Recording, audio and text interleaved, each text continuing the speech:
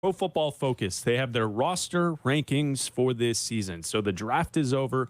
Most of free agency has kind of settled. Where do the Bears rank when you look at their roster compared to every other team in the National Football League right now per Pro Football Focus? Well, I mean, and also if you add a defensive end to the Bears, I don't believe that their roster necessarily improves that much where they would vault any of the teams ahead of them, right? So when you have to look at a ranking for the Bears right now, the last year and a half, you just sit there and you scroll to the bottom. So I scrolled all the way to the bottom. 32, Chris. What did you find there? 32. Did you find your team? The Arizona Cardinals, not my team. How about that?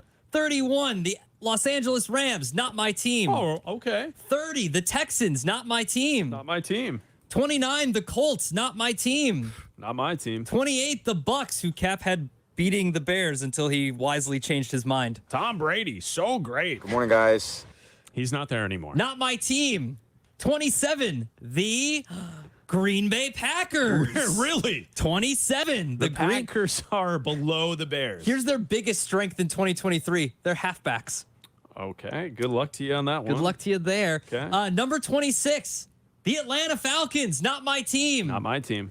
We're getting better. Number 25, the Tennessee Titans. Hold on. That's a team that's been competing in the playoffs. Biggest strength in 2023, ground game. Biggest weakness, the offensive line.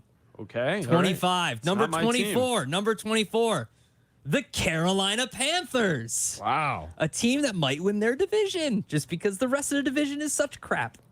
Because 3 teams have already been listed from that division. Sure. Number 23, a playoff team last year, the New York Giants. What? Okay. All right. Not my team. Number 22, the orange and blue Chicago Bears. How about that? The Bears on Pro Football Focus, their roster rankings, they're 22nd in the National Football League. So we were just discussing Ryan Poles talking to us on Friday, and the Bears have a new video out, 1920. It was released on the Bears app today, talking about how the depth chart on the roster has definitely progressed and is heading in the right direction. That would signal to the rest of the league, if they're on the rankings at 22, this roster has been upgraded legitimately from where it was at this time last year to where it's at right now. Here's something that I thought was interesting on the list. The early 2023 NFL roster rankings on Pro Football Focus.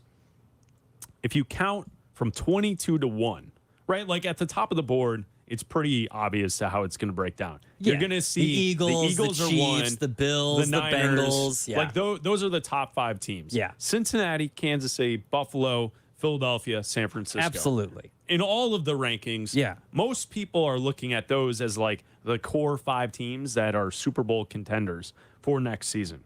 What I did, though, is from 22, where the Bears are at, and I scrolled up and I looked for NFC teams. How many NFC teams are ahead of the Bears? And this is what I found. Philly's 1, San Francisco would be 2. Dallas would be the 3rd NFC team on the list. Seattle would be the 4th team.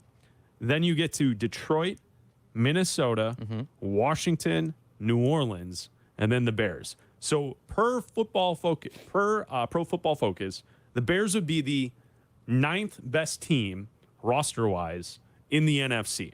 Now, 7 teams make the playoffs. Yeah. And then I would also throw in the idea that if you told me that the Commanders, the Saints, and the Bears are going to be the 3 teams battling for that last playoff spot, that 7th playoff spot, to me right now on May 16th, to me that's totally believable. Absolutely. That the Bears, the Saints, and the Commanders are fighting for that last spot to get into the playoffs.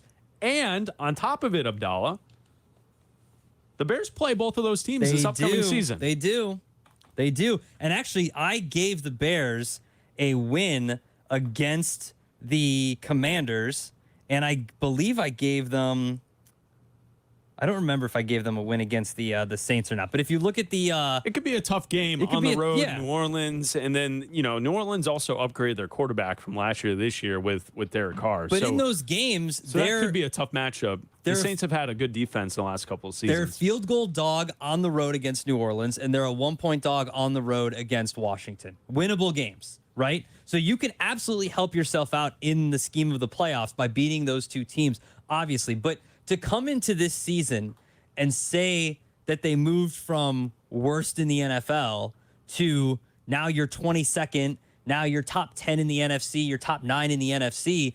Like, yes, are the Vikings and the Lions better than you right now? Sure. But after next offseason, then I think we can start talking about this team competing for a division title. Like, I still don't believe that this team is going to make the playoffs this year. Could they compete for it? Sure. That's what I'm hoping for.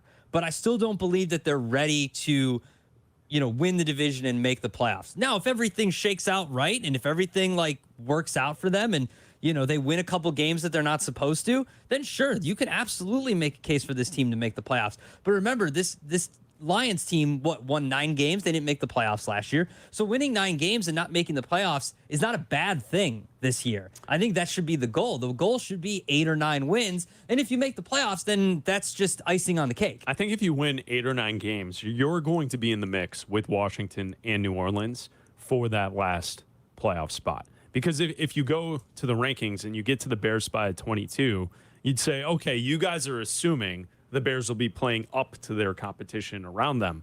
What about what's below? Don't you think that there's a team that possibly could be pushing the Bears from below them in these rankings? And that's where you find the Giants at 23. So the Giants made the playoffs last year. Do the Giants make an additional step? Or is it really those are like the core 4 teams in the NFC fighting for that last playoff spot? The Commanders, the Saints, the Giants, and the Bears. I think those are probably the 4, and maybe, the Bears and the Giants might be. I think the drop-off were teams who perhaps will not be involved in the playoff hunt would be at Carolina. Yeah. Carolina at 24. I think at that point they're going to be a little bit past where this is. But, if you look at these rankings and you say, okay, based on the rankings, how are these teams making the playoffs?